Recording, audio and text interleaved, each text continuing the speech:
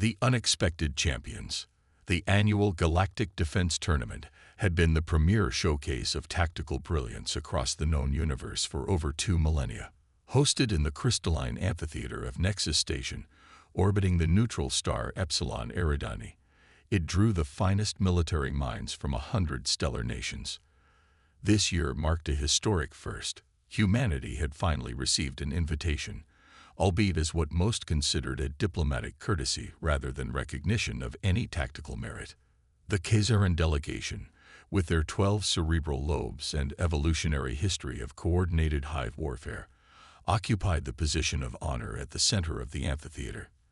Their High Commander Thrix von Zell's 13 eyes blinked in perfect sequence as he surveyed the competition. The Morrigan Collective stood impassively in their ceremonial battle harnesses, their scales gleaming under the artificial light. The Drolath Federation representatives hovered in their anti-gravity pods, the methane fog of their breathing apparatus creating an eerie cloud around them. And then there was Earth's team. 4 humans entered the amphitheater wearing what appeared to be hastily modified standard-issue military uniforms. Unlike the other delegations who brought their highest-ranking military leaders or tactical eye constructs, Earth had sent a peculiar assortment of individuals who seemed almost randomly selected. Major Maya Chen walked at the front, a compact woman with an intense gaze and a datapad tucked under her arm. Behind her slouched Dr. Ilijan Dago, an economist who seemed more interested in the architectural features of the amphitheater than the prestigious competition.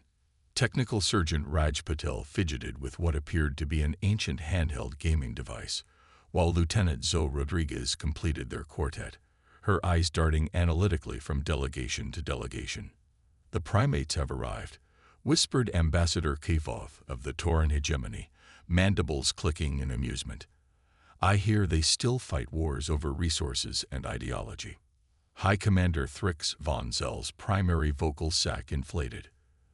"They are here as a courtesy.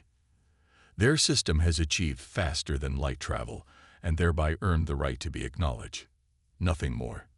The tournament arbiter, a towering centauri whose crystalline body refracted light in dazzling patterns, activated the central holographic display. The rules of engagement appeared in multiple languages, including the recently added Standard Earth English.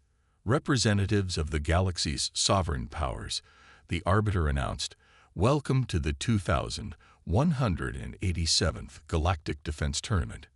As is tradition, the competition will simulate multi-dimensional conflict scenarios drawn from our shared historical archives. Your objective is to achieve strategic dominance while minimizing casualties and preserving critical infrastructure. Points are awarded for efficiency, innovation, and adherence to the Galactic Code of Warfare." Major Chen nodded along, making notes on her datapad, while Dr. Ndego whispered something in Sergeant Patel's ear that made him suppress a laugh. "Such disrespect," hissed a Drolath representative, tendrils writhing in indignation. The preliminary round began with a simulation of the historic Rigelian border conflict, a classic tactical puzzle with a known optimal solution requiring precise coordination of forces across 3 fronts while maintaining a complex supply chain. The alien delegations approached their assigned simulation interfaces with practiced precision. The Khazaran representatives linked minds in their traditional battle meld. The Morrigan Collective inserted their consciousness directly into the simulation matrix via neural interfaces. Earth's team huddled around their station, conversing in hushed tones that seemed almost chaotic to external observers. "They have no method," observed Kavoth. "No hierarchy or protocol." Yet as the simulation progressed, something unexpected began to unfold. While other delegations deployed forces according to established doctrine, the kind taught in military academies across the galaxy, the humans appeared to be improvising, shifting resources in patterns that seemed almost random. By the midpoint of the simulation, the Khazaran held a commanding lead, with the Morrigan Collective close behind. Earth's position appeared precarious, their forces scattered across the simulated battle space in what looked like disarray. As expected, Thrix von Zell commented smugly, Then everything changed. Lieutenant Rodriguez initiated what at first appeared to be a catastrophic retreat on all fronts. Valuable territory was abandoned, supply lines seemingly compromised. The alien observers watched in confusion, some with pity, others with disdain. But it was a trap. As the opposing forces advanced into the vacated territories, Dr. Nego implemented what appeared to be an economic strategy rather than a military one. Using minimal resources, Earth's team collapsed key infrastructure nodes, not to destroy them, but to reconfigure them. Sergeant Patel, meanwhile, deployed small, agile strike teams in patterns reminiscent of predatory pack animals. "What is this?" demanded a Morrigan commander, their metallic voice resonating with confusion. "This is not standard doctrine." By the time the simulation concluded, Earth had achieved an unprecedented victory margin. The Arbiter's scoring matrix flickered as it processed the unexpected outcome. Preliminary round results. The Arbiter announced, crystal facets glowing with data. Earth delegation advances to the secondary round with highest efficiency rating in tournament history. Silence fell across the amphitheater. "There must be an error," Thrix von Zell protested, all 13 eyes blinking rapidly in distress. The Arbiter's crystalline form pulsed. No error detected. The Earth delegation utilized a previously unrecorded strategic approach combining economic sabotage, psychological warfare, and adaptive small-unit tactics. As the human team moved toward their resting quarters for the intermission between rounds, Ambassador Kavoth intercepted Major Chen. "Your methods are unconventional," the Tauran stated, trying to mask his curiosity with diplomatic formality. "We call it asymmetric warfare," Chen replied with a slight smile. "When you evolve on a planet where everything is trying to kill you, and your primary advantage is adaptability, you learn to think differently." The second round featured the infamous Stickness incursion scenario, a defensive simulation where participants needed to protect vulnerable civilian populations against overwhelming force. Once again, alien delegations deployed conventional defensive perimeters, shield systems, and evacuation protocols. Earth's approach defied classification. Instead of defending fixed positions, they converted civilian structures into temporary fortifications, implemented rapid response guerrilla teams, and most shockingly, armed the civilian population. "This violates convention," protested a Drolath representative, fog billowing from its breathing apparatus in agitation. "Civilians are non-combatants under the Galactic Code." "In our history," Dr. Nego explained calmly, "survival often depended on collective defense. The distinction between civilian and military is sometimes a luxury of advanced civilizations." The third round, the Quantum Bridge standoff, pushed participants to secure a strategic transportation node while preventing an enemy's use of the same. Most delegations divided their forces between offensive and defensive operations. Earth's team did neither. Instead, they sabotaged the bridge itself in a controlled manner that allowed only their specifically modified vehicles to traverse it, effectively neutralizing its utility for the opposition while maintaining their own access. "They do not play by the established rules," complained High Commander Thrix von Zell to the Arbiter. "They play within the parameters of the simulation," the crystalline entity corrected. "They simply exploit possibilities others have not considered." By the end of the first day, Earth's delegation had advanced to the semifinal round, outscoring many ancient stellar powers. The amphitheater buzzed with bewildered conversations in dozens of languages as dignitaries tried to comprehend how a species barely a century into interstellar travel could dominate a tournament of military strategy. In their private chamber, Earth's team reviewed data from the day's competitions. "They're predictable," Lieutenant Rodriguez noted, scrolling through battle recordings. "Every species relies on tactics that worked in their evolutionary past. The Khazaran used perfect coordination because they evolved from hive insects. The Morrigan employ overwhelming force because they were apex predators. And they've all been fighting the same way for centuries," added Sergeant Pottle. "They've optimized known solutions rather than looking for new ones." Major Chen nodded thoughtfully. "Tomorrow will be harder. They're studying us now, trying to understand our methods. Dr. Nego smiled for the first time since their arrival. Let them try. Human history is nothing but adaptation to the unexpected. The more they think they understand us, the more we'll surprise them. Outside their chamber, the Galactic Defense Tournament Committee convened an emergency session. For the first time in tournament history, they considered implementing mid-competition rule changes. These humans, whispered the Centauri Arbiter to the eldest Morrigan representative, they fight as though the galaxy itself is trying to eliminate them. Perhaps on their world, the Morrigan replied solemnly. It was. Rewriting the stars. Dawn on Nexus Station brought new complications. Tournament officials had spent the night reviewing Earth's performance, searching for evidence of cheating or simulation tampering. Finding none, they reluctantly certified the results, but expanded the rule set to specifically prohibit several of the tactics humanity had employed. We've been patched out of the game, Sergeant Patel remarked wryly, reviewing the updated regulations on his datapad. Classic move. When you can't beat someone, change the rules. Major Chen remained unperturbed. Expected. We still have options. The semifinal round featured the Nebula Crisis Simulation, a complex scenario involving multiple factions, limited intelligence, and shifting alliances. Under normal circumstances, it favored the Kazarans' hive mind coordination and the Drolath's multi-dimensional thinking. As the human team took their positions, a subtle tension permeated the amphitheater. Other delegations watched intently, expecting the humans' advantage to dissipate under the new restrictions. The simulation began. Earth's initial moves appeared conventional, even predictable. The Kazaran representatives exchanged satisfied glances through their compound eyes, believing the humans had been successfully constrained. 3 hours into the simulation, Dr. Ndego implemented what later became known as the economic singularity strategy. Rather than directing military assets, he focused entirely on resource development, creating an unprecedented economic boom within the simulated environment. What is the purpose of this? Demanded the Tauran ambassador. They accumulate wealth while their military position deteriorates. The answer came in the 4th hour.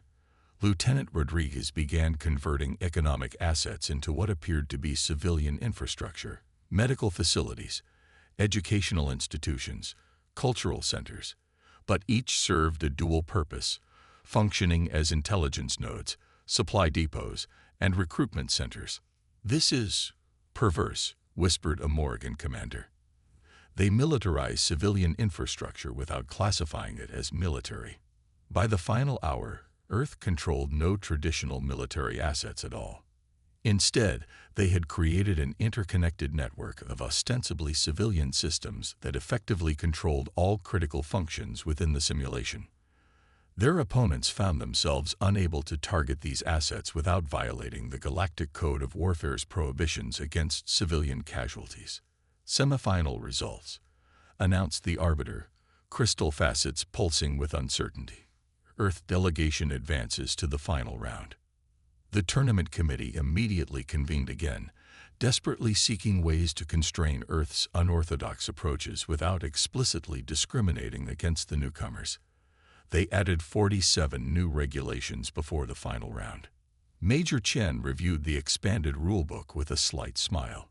They're still thinking linearly. Adding more rules just gives us more edges to exploit. The final challenge pitted Earth against the Kazaran, 13-time champions and architects of the current galactic defense doctrine.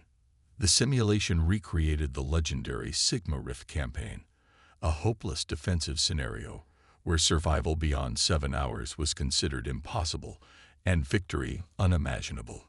As the finalists prepared, High Commander Thrix von Zell approached Major Chen. Your species fights with desperation, the Kazaran observed, vocal sac pulsating. It is effective, but ultimately unsustainable. True strategic mastery comes from perfect coordination and centuries of refined doctrine. Chen nodded respectfully. We've read your tactical manuals, Commander. They're impressive. But humans have a saying, no plan survives contact with the enemy. The simulation began. The Khazaran immediately implemented their classic synaptic defense formation, a perfect, mathematically optimal deployment that had withstood centuries of analysis. Earth's response defied comprehension. Rather than deploying forces to protect strategic assets, they deliberately sacrificed major positions, creating the appearance of catastrophic defeat within the first hour. "They concede," wondered Ambassador Kavoth aloud.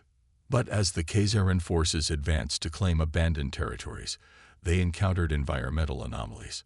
Sergeant Patel had reconfigured life support systems to create localized atmospheric disturbances, generating unpredictable weather patterns in the battle space. Weather as a weapon. The Drolath representatives' tendrils writhed in confusion. Their evolutionary history on a chaotic planet makes them think of environmental factors as tactical elements. Meanwhile, Dr. Ndego implemented economic policies that triggered artificial resource shortages, while Lieutenant Rodriguez executed what she called cultural warfare, spreading disinformation and contradictory intelligence that paralyzed the Khazaran decision matrix. By the fourth hour, the perfect coordination of the Khazaran battle meld began to fragment. Their hive mind advantage became a vulnerability as confusion spread through their neural network. "Impossible," gasped Thrix von Zell as his forces fell into disarray. In the final hour, Major Chen revealed humanity's ultimate strategy. Earth forces, seemingly scattered and defeated, suddenly converged from multiple vectors, using the environmental disturbances as cover.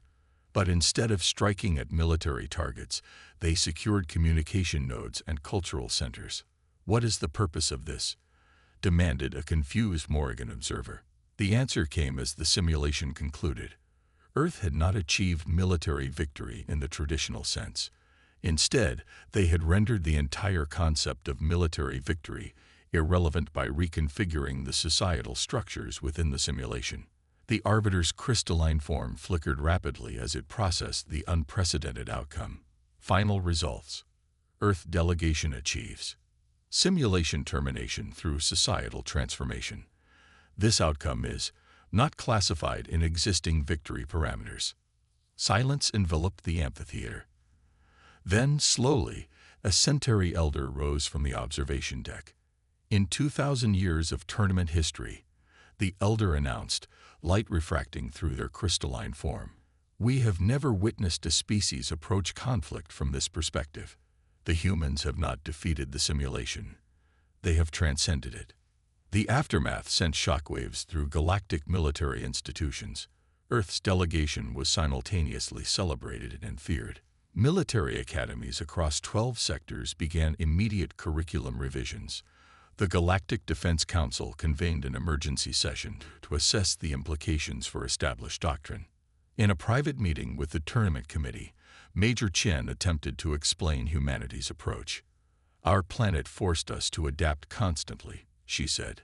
"We evolved not as the strongest, fastest, or most numerous species, but as the most adaptable. Our history is filled with smaller forces defeating larger ones through innovation, asymmetric approaches, and thinking beyond conventional boundaries." Dr. Ndego added, "Most galactic powers evolved in stable environments, where optimization of known strategies provided evolutionary advantages. Earth never gave us that luxury." Ambassador Kavoth, newly appointed as diplomatic liaison to Earth, leaned forward. "Your species treats doctrine as a starting point rather than an endpoint. This is disturbing to civilizations built on predictability and order." Lieutenant Rodriguez smiled slightly. "Where we come from, predictability gets you eaten." 6 standard months later, the Galactic Defense Academy published the Terran Supplement to its core strategic curriculum, the first major doctrinal revision in 7 centuries. Military observers were deployed to Earth to study human history, particularly the unconventional conflicts that had shaped their tactical thinking. As humanity's delegation prepared to return home, the Centauri Arbiter presented them with a token of recognition, a crystalline sculpture representing infinite adaptation. "Your species has much to teach the galaxy," the Arbiter told them, facets glowing with sincerity, "and perhaps much to learn about the value of stability." Major Chen accepted the token with appropriate ceremony. With respect, Arbiter, we found that too much stability leads to extinction when the unexpected arrives. The universe rarely accommodates perfect plans. As their transport vessel departed Nexus Station, Earth's team looked out at the glittering expanse of the galaxy, a realm of ancient civilizations suddenly reconsidering assumptions held for millennia because of 4 humans who approached problems differently. "They'll adapt," Sergeant Paddle remarked, watching the station recede in the view screen. "Of course they will," Major Chen replied with quiet confidence. "That's how survival works. But they'll never approach it with our desperation or creativity. They haven't had to." Dr. Nego closed his datavat, where he'd been drafting his report to Earth's Defense Ministry. "The greatest advantage humans have isn't our technology or our physical capabilities," he observed. "It's that we come from a world that never let us believe there was only one way to solve a problem." The ship accelerated to FTL, carrying home a team that had changed the galaxy not through superior strength or advanced technology, but through the uniquely human gift of reimagining what was possible. Behind them, across 1,000 worlds, military strategists began the uncomfortable process of questioning everything they thought they knew about the art of warfare, all because of a species from an unremarkable solar system who refused to accept the limitations of established doctrine. Lieutenant Rodriguez summed it up best in her personal log. "The galaxy expected us to learn their rules. Instead, we taught them that rules are just another resource to be adapted when survival is at stake. That's the most human lesson of all."